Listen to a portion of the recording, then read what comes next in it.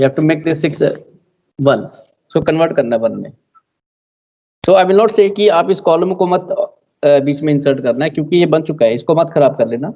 तो मैं अगर आपको फर्स्ट कॉलम को हटा दूं तो आपके पास तीन कॉलम्स हैं। इनमें ऐसा देखो कहीं ये ऐसा इंटरचेंज होकर 1 आ रहा है कहीं पे, तो ऐसा कहीं 1 आ नहीं रहा, हमारे पास कोई ऑपरेशन लग नहीं रहा उस पे। तो क्या करते हैं, पहले इसमें रिड्यूस कर, देखो ये 6 है, -9 है, 6 है, ये इसमें से अगर आप 3 कॉमन लोगे तो एलिमेंट्स रिड्यूस हो गए, 3 -2 -3 2 बन जाएगा। यहाँ भी 2 बन जाएगा अगर आप इसको 2 से डिवाइड करते हैं। तो मैं इन दोनों रोज को रिड्यूस कर रहा हूँ, ठीक है, इनकी स्ट्रेंथ को। स्ट्रेंथ का मतलब नंबर जो है हमारे पास, like this I will write R2 divided by 6, R2 divided by 3 and R2 divided by 2, ऐसे करते हैं, ठीक है। ये ऑपरेशन लगा देते हैं।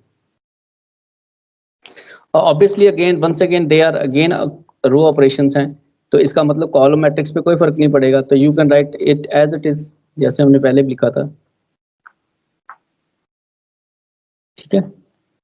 तो आप कर दो reduce, no doubt,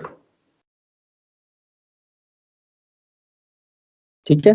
now reduce, divide second row by 3, you will get 0 2 -3 2 -4/3 1/3 0। Fraction आ रहा है और अब मैं कुछ कर नहीं सकता, इसलिए चलने दो, कोई बात नहीं। 2 -3 1, ठीक है, -1 0 1/2, ये आ गया हमारे पास, ठीक है। नाउ अब हम क्या करते हैं, अब इसको फिर 1 बनाना ना, हमने इसको इसके 1 बनाने की कोशिश कर रहे हैं हम। देखो अगर हम इन दोनों को ऐड करते हैं, इन दोनों को, तब भी 1 बन जाएगा। C2 और C3 को ऐड करते हैं, -1 बन जाएगा, माइनस को कॉमन ले लेंगे, कोई बात नहीं है। लेकिन मैं उससे भी अच्छी और चीज बता सकता हूँ, आप ऐसा करो, इन दोनों को ऐड करो पहले, C3 और C4 को। इससे क्या होगा, ये 1 बन जाएगा, -1, फिर ये 2 और -1 को ऐड करके फिर 1 बन जाएगा। तो 2 ऑपरेशंस में इन्वॉल्व कर रहा हूँ। देखो बेटा, आप ये मत सोचना कि ये कैसे दिमाग में आएगा, थोड़ा सा प्रैक्टिस करोगे तो आपको पता लग जाएगा कि किस तरह हम 1 और किस तरह हम 0 ला रहे हैं एलिमेंट्स में। बट हमारे सीक्वेंस डेफिनेटली फिक्स है, वो उसको मैं डिस्टर्ब नहीं कर रहा हूँ। अभी मेरा देखो, यहाँ मैंने डिवाइड किया, लेकिन मैं वही दोबारा फिर से आ गया, यहाँ 6 था, मैं -2 को राउंड कर दिया, मुझे पता। सुनो, I am operating C3 + C4, C3 + C4। अब देखो कि इसमें आपके पास कौन सा ऑपरेशन लगेगा, किस पे लगेगा, अब इस पे लगेगा, पोस्ट फैक्टर पे। तो आपका जो रो ऑपरेशंस जिस पे लगाए थे हमने, मतलब आपका जो प्री फैक्टर है, उसको एज इट इज लिख दो। मैं उसको एज इट इज लिख रहा हूँ, ठीक है। 1 0 0 -4/3 1/3 0 -1 0 1/2, you can see this, ठीक है, ओके। अब मैं लगा रहा हूँ C3 + C4, इसका मतलब थर्ड कॉलम में चेंजेस करो, यहाँ पे भी और यहाँ पे भी। So what we get, 1 -1 1 -1, okay, 0 2 -1 2 0 2 -2 1। Simultaneously यहाँ पे भी लगा दो, 1 0 0 0 0 1 0 0 0 0 1 0 0 0 1 1। Now you can see, okay, now you can see this thing। C2 + C3 operation लगा रहा हूँ मैं, ठीक है। आप समझ आ रहा हो, आप समझ जाओगे इसको क्या, ठीक है। कैलकुलेशन कर रहा हूँ, नथिंग एल्स। कोई समझाने वाली चीज होती है मैं समझाता हूँ, जस्ट मुझे लिखने दो, 2 1, ठीक है।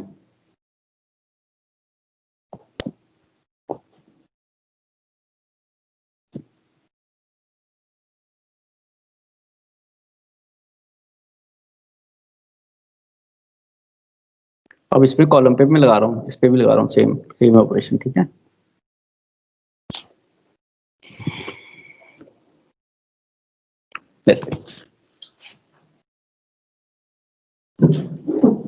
So C2 + C3 you can see 1 0 1 -1 0 1 -1 2 0 0 -2 1, you can see this thing। अब आपका ये 1 बन गया और साथ साथ में ये दोनों 0 भी हो गए। देखो अब आपके 2 कॉलम साइमल्टेनियसली सेट हो गए। ये मत कहना कि अभी हम 1 के पीछे पड़े हुए हैं, 1 ही बनाने हैं, तो ऑटोमेटिकली ये भी 0 हो गए। देखो इसमें कितना बेनिफिट हुआ, ठीक है। सो अब हमारे 2 कॉलम सेट हो गए। Now come to the third column. अब इसको 1 बनाना है हमने। तो ये 2 कॉलम सेट हो गए। देखो अब ये 2 कॉलम को मैं हाइड कर रहा हूँ, दोनों को। ठीक है, इन दोनों को मैंने हाइड कर लिया, पहले दोनों को। अब मेरे पास ये 2 कॉलम है, इनमें अदला बदली करके देखो, अगर आपको लग रहा है कहीं 1 बनता है तो मेरे को पता है। ये देखो, ये आपस में अगर इंटरचेंज करूंगा मैं, ये 1 इधर आ जाएगा, ये -2 इधर चला जाएगा। So it's good. हम C3 4 लगाते हैं। C3 4 लगाएंगे तो ऑटोमेटिकली क्या है, ये 1 इधर आ जाएगा, हमारा ये 1 भी बन जाएगा। ठीक है, so what I am doing, अब C3 4 कर रहा हूँ सो डेट कि ये 1 इधर आ जाएगा, क्योंकि ये की एलिमेंट की पोजीशन है, तो here should there should be 1, तो मैं 1 बना रहा हूँ यहाँ पे। ठीक है, सो लेट्स सी।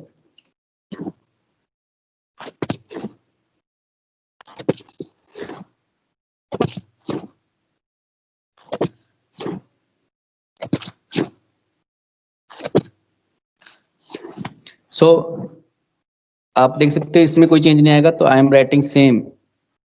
जो मैंने ऊपर मैट्रिक्स लिखी है वही मैं यहाँ लिख रहा हूँ। So there will be no problem here. ठीक है, ना यहाँ चेंज करूंगा मैं। ठीक है, जो भी है आप देख सकते हो, देख लो, आपको दिख रहा है। आप कॉलम ऑपरेशन कर रहा हूँ, इंटरचेंज कर रहा हूँ मैं आप। जब भी आप कोई भी ऑपरेशन लगाते हो तो मैट्रिक्स से बाहर कभी भी कुछ नहीं आएगा। No negative sign, no positive sign. ठीक है, दूसरी बात, कोई अगर 2 से मल्टीप्लाई किया है तो 2 से डिवाइड कर आपको 1/2 बाहर नहीं लिखना मैट्रिक्स से। मतलब मैट्रिक्स से बाहर आपको कुछ भी नहीं लिखना, कभी भी नहीं लिखना। सीधा सीधा सा फंडा है बेटा। ऑपरेशन को लिखो। ठीक है, ऑपरेशन को लिखो और अप्लाई कर दो बस। ठीक है, जैसे C3 4 लिखा है, अब इस C3 4 को यहाँ पे अप्लाई कर दो, लेकिन यहाँ माइनस मत लिखो बाहर, क्योंकि दिस इज नॉट डिटर्मिनेंट। ये डिटर्मिनेंट्स नहीं है, ये मैट्रिसेस हैं।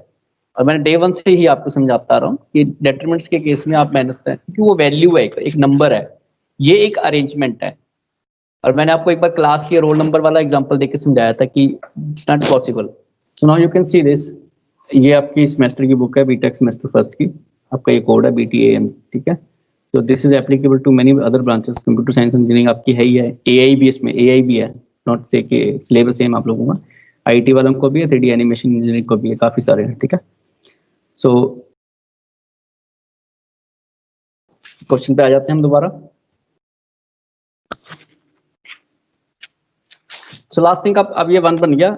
On the basis of this 1, ये दोनों एलिमेंट्स को हम क्या करेंगे, 0 करेंगे। So I will apply R1 + R3 R2 - 2 R3, apply this. अब ये और वो ऑपरेशन है, ये कॉलम पे नहीं लगेगा, ये पोस्ट फैक्टर पे नहीं लगेगा, तो पोस्ट फैक्टर को मैं एज इट इज लिख देता हूँ। 1 0 0 0 0 1 0 0 0 1 0 1 0 1 1 1। ठीक है, सो अब आस में हमने रो ऑपरेशन लगाना है, दोनों में चेंजेस आएंगे। तो what we are going to do, 0 - 1 as it is, 0 0 half. ठीक है, अब इस पे लगाएंगे यार 2 टाइम्स, 0 1 0 3 2/3 1/3 -1। ठीक है, और लास्ट रो में कोई चेंज नहीं आएगा, वो as it is 0 0 - 1 0 0 1 -2, okay, -1 0 and half. Now this first column is okay, now second column is okay, third column is okay. आपके 3 कॉलम सेट हो गए अब। And now we are left with the last column, column number 4। ठीक है, column 4 रह गया बस, जिसको हमने सही करना है। नाउ अब आपको पता है कि ये जो नेक्स्ट -2 है, ये की एलिमेंट की पोजीशन नहीं है। This is not the position of की एलिमेंट। अगर ये की एलिमेंट की पोजीशन नहीं है तो इसका मतलब यहाँ पे 0 बनेगा, 1 नहीं बनेगा। ओके, सो अब आपको पता है कि इसको आपने 0 बनाना है, तो ये तो की, अब इसके लिए की एलिमेंट कौन सा है, इसका की एलिमेंट है ये वाला 1, ये 1 है जिसके साथ बड़ा है सेकंड थर्ड कॉलम। अब उसी तरह 3 को 0 बनाएंगे तो इसकी की एलिमेंट ऐसे तो दिखेगी नहीं आपको, ऐसे दिखेंगी, तो इसका की एलिमेंट कौन सा है, 1। और ये -1 का इसका की एलिमेंट कौन सा है, ये वाला 1। मैंने एरो लगा दिया आपको, तो आपको ये देखो कि ये इसका की है, ये इसका की है, इसका की है, ऐसे चलेंगे अब हम लोग। ठीक है, सो चलो, अब जैसे -1 को 0 बनाना है तो मैं क्या करूंगा, C4 + C1, क्योंकि इसका की है ये, तो दोनों को ऐड कर दो, 0 बन जाएगा।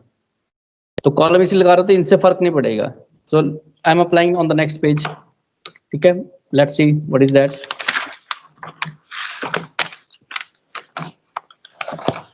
सो C4 प्लस C1 करते हैं. व्हाट वी विल गेट, मैं लिख रहा हूँ यहाँ पे 1 0 0 0 1 0. ये तो एज इट इज आ जाएगा, इसमें कोई चेंज नहीं आएगा. अब C4 को C1 से ऐड करेंगे. 1 - 1 0, 3 - 2. ये इसमें कोई चेंज नहीं आएगा. मैं इसको फटाफट लिख देता हूँ.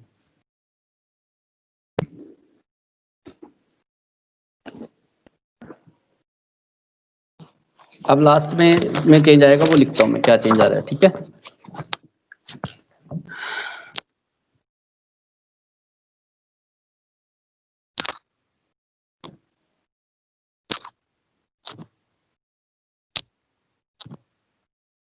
यस.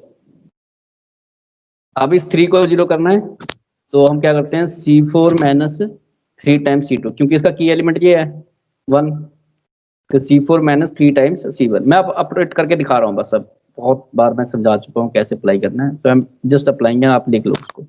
इसमें कोई चेंज नहीं आएगा, इसलिए मैं इसको फटाफट लिख रहा हूँ.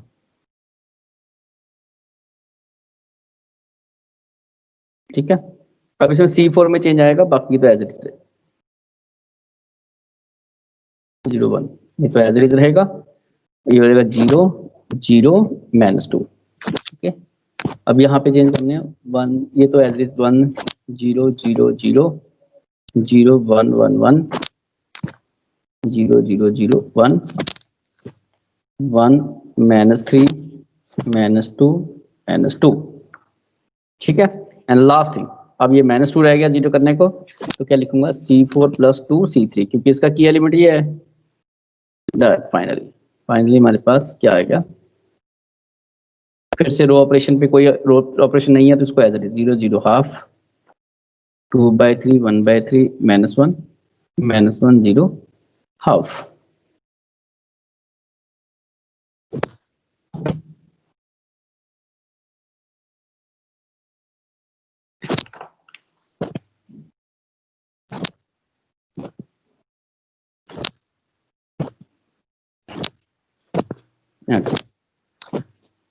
डन. अब आ जाओ, इस सब कैलकुलेशन हो गई है. Now you can see finally the left hand side LHS is totally a normal form. अब ये normal form है, you can see here. Why? Because after selecting the key element, you can see key element select कर दिया, first row first element, second row second element, third row third element. After selecting the key elements, what I am saying that कि बाकी सारे elements 0 हो गए हैं और ये 1 1 1 आ गए. इसमें कोई एक अदर 0 भी आया था तभी कोई प्रॉब्लम नहीं थी, बिकॉज ये नॉर्मल फॉर्म बनाने के लिए. So this is normal form. तो इसका मतलब ये जो मैट्रिक्स है ये P है, और ये तो A एज इट इज है, और ये हमारी क्या बन गई, Q. और मैंने शुरू में बोला था आपको कि आप जब ये नॉर्मल फॉर्म आ जाएगी तो उस वक्त आपका जो आइडेंटिटी मैट्रिक्स I3 थी, ये बन के देखो चेंज हो गई, कितना चेंज आ गया उसमें, और आपका जो I4 है उसमें भी कितने चेंजेस आ गए. तो finally we have the matrix P and Q. तो you can write therefore what is P. अब सेपरेटली लिख दीजिए व्हाट इज P. P क्या है, 0 0 हाफ 2/3 1/3 -1 -1 0 हाफ. और Q मैट्रिक्स क्या आपके पास 1 0 0 1 0 1 0 -3 0 1 0 -2 0 1 1 0. This we have. Okay, this is matrix P and Q. So finally we can say that this is the normal form and this is matrix P and matrix Q. So ultimately, with the help of the rules of the matrices, we find the matrix P and Q such that P and Q is in normal form. Okay. Now there is one more thing very important. एक note लिखवा रहा हूँ आपको छोटा सा इसमें.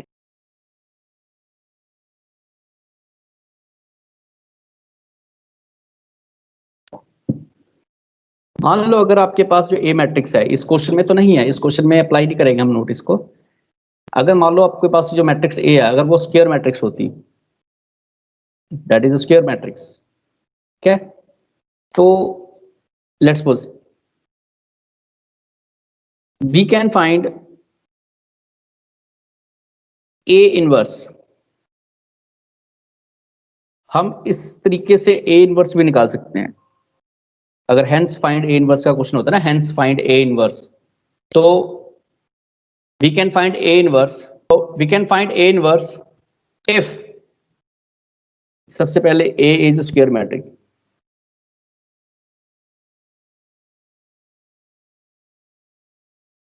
पहली बात, and determinant of A is not equal to zero. Then A inverse कैसे निकलता है? ए इनवर्स का फॉर्मूला है क्यू इंटू पी। अगर आपने मान लो, अब देखो इतनी मेहनत करके क्यू और पी भी निकाल लिया, ठीक है, आपने इतनी मेहनत किया, क्यू और पी भी बनेगा। देखो मैं एक बात बताऊं आपको, ये जरूरी नहीं कि सबका पी और क्यू सेम आएगा। Very very important thing, it's not you can say कि भाई पी और क्यू सबका सेम आएगा। अब पता नहीं किसी ने कौन सा ऑपरेशन लगाया, किसी ने कौन सा ऑपरेशन लगाया, तो डिफरेंट डिफरेंट ऑपरेशन लगाने के बाद जब आपके पास पी और क्यू, जो रिजल्टिंग पी और क्यू है, दैट विल बी डिफरेंट। सभी बच्चों का डिफरेंट हो सकता है। ऑब्वियसली नॉर्मल फॉर्म आएगी आपकी, लेकिन पी और क्यू डिफरेंट हो सकते हैं। मान लो किसी ने रो ऑपरेशन लगाया ही नहीं, सारे कॉलम ऑपरेशन से काम चला दिया, इसमें नहीं चलेगा सारे, इसमें तो कॉलम लगाना पड़ेगा। समटाइम्स होता है कि स्क्वायर मैट्रिक्स है तो उसने रो ऑपरेशन लगाया, बस कॉलम लगाया ही नहीं, तो आपका जो क्यू है वो आइडेंटिटी ही रहेगा, दैट विल नॉट चेंज। ठीक है, तो डोंट से कि भाई मेरा गलत है तेरा सही है, तेरा सही है मेरा गलत है, ऐसा कुछ डिबेट नहीं होनी चाहिए आपकी। पी और क्यू डिफरेंट डिफरेंट हो सकते हैं। सो मान लो अगर आपके साथ इस क्वेश्चन में पेपर, मान लो एग्जामिनर आपको ये बोल देता है कि find P A Q, find P and Q matrices so that P A Q is normal form, hence find A inverse. अगर आपसे ये क्वेश्चन भी अटैच कर देता है हेंस फाइंड ए इनवर्स, तो आप डबल डब का काम नहीं करोगे। अब ये नहीं कि दोबारा से आप जाओगे कि व्हाट इज ए इनवर्स। ठीक है, आपको क्या करना है, what you have to do, आप क्यू और पी को मल्टीप्लाई कर दो, मल्टीप्लाई क्यू एंड पी। ठीक है, बट शर्त ये है कि ए स्क्वायर मैट्रिक्स होना चाहिए और determinant of A should not be equal to zero. वो आपको सबको पता है डिटरमिनेंट जीरो, क्योंकि बेसिकली इनवर्स की डेफिनेशन क्या है? क्या है इनवर्स की definition? We know A inverse क्या होता है, adjoint of A divided by determinant of A. क्या हो गया, स्क्रीन फिर से फ्रीज। हाँ ठीक है, we know A inverse is equal to adjoint of A divided by determinant of A. ठीक है, ये हमारे पास, अगर मान लो अगर आपके पास ये जीरो हो जाता है, if determinant of A equal to zero ले लेते हैं, what this implies, something over zero क्या होता है, इन्फिनिटी। अगर डिटरमिनेंट ऑफ ए जीरो हो जाता है तो समथिंग ओवर जीरो क्या होता है, इन्फिनिटी। इन्फिनिटी का मतलब ए इनवर्स आपको मिलना ही नहीं था, वो अनडिफाइंड हो जाता है। तो हम क्या बोलते हैं, A inverse does not exist, वो है ही नहीं, मिलेगा ही नहीं आपको। ठीक है, तो ये बात है। तो इसीलिए मैंने यहाँ भी आपको यही बात बताई है, यू कैन सी हियर कि डिटरमिनेंट ऑफ ए जीरो नहीं होना चाहिए, तभी इनवर्स निकलेगा। लेकिन इसमें क्यू पहले लिखना है, पी बाद में लिखना है। It's very very important. आपको पता है, आपने मैट्रिसेस पढ़ी हुई है प्लस टू लेवल पे और इंटेंसली पढ़ी हुई है, और बहुत आसान सा चैप्टर था वो। ठीक है, क्यू इंटू पी का मतलब है कि आपको क्यू आगे लिखना है, पी बाद में लिखना है। तो प्री फैक्टर आपका क्यू होना चाहिए, पोस्ट फैक्टर पी होना चाहिए। आपको पता है A B is not equal to B in matrices. मैं यहाँ लिख देता हूँ, फिर भी आपको सबको याद होएगा, ये छोटी छोटी चीजें नोट करता है। A B is not equal to B A generally, in generally. मान लो अगर आपने ए और बी में से किसी को आइडेंटिटी मैट्रिक्स ले लिया, तो फिर ऑटोमेटिकली बन जाएंगे बराबर। ए टू आई ए होता है, आई इंटू ए बी आई ए होगा, तो उस केस में हो सकता है। लेकिन अगर आप डिफरेंट डिफरेंट मैट्रिक्स लोगे, ए और बी को डिफरेंट मैट्रिक्स लोगे, you will never get A B is equal to B A, तो कभी बराबर नहीं आएगा, दैट इज नॉट पॉसिबल। ठीक है, सो ये बड़ी इंपॉर्टेंट चीज है जो आपको याद रखनी है। तो ये जनरली होता नहीं ऐसा। दिस इज नॉट ऑलवेज कि भाई आप दो चीजों को प्रोडक्ट ले रहे हो। देखो, इसको कॉम्यूटेटिव लॉ बोलते हैं, अगर आपको कभी किसी को याद हो। कॉम्यूटेटिव लॉ सुना है कभी, A B is equal to B A. Commutative law, associative law होते हैं, कुछ लॉज होते हैं। तो ये कुछ लॉज है ना। देखो मैंने क्या बताया था, डे वन क्या बताया था आपको। चलो मैं आपको स्क्रीन शेयर किया जाए, मैं आपको वीडियो ओपन करता हूँ, जस्ट वेट। था एक छोटी सी बात बताता हूँ आपको मैं। ए बी और बी ए कॉम्यूटेटिव, ये जो लॉज होते हैं अलजेब्रा के, कुछ लॉज होते हैं, इनके बारे में थोड़ा डिस्कस करता हूँ।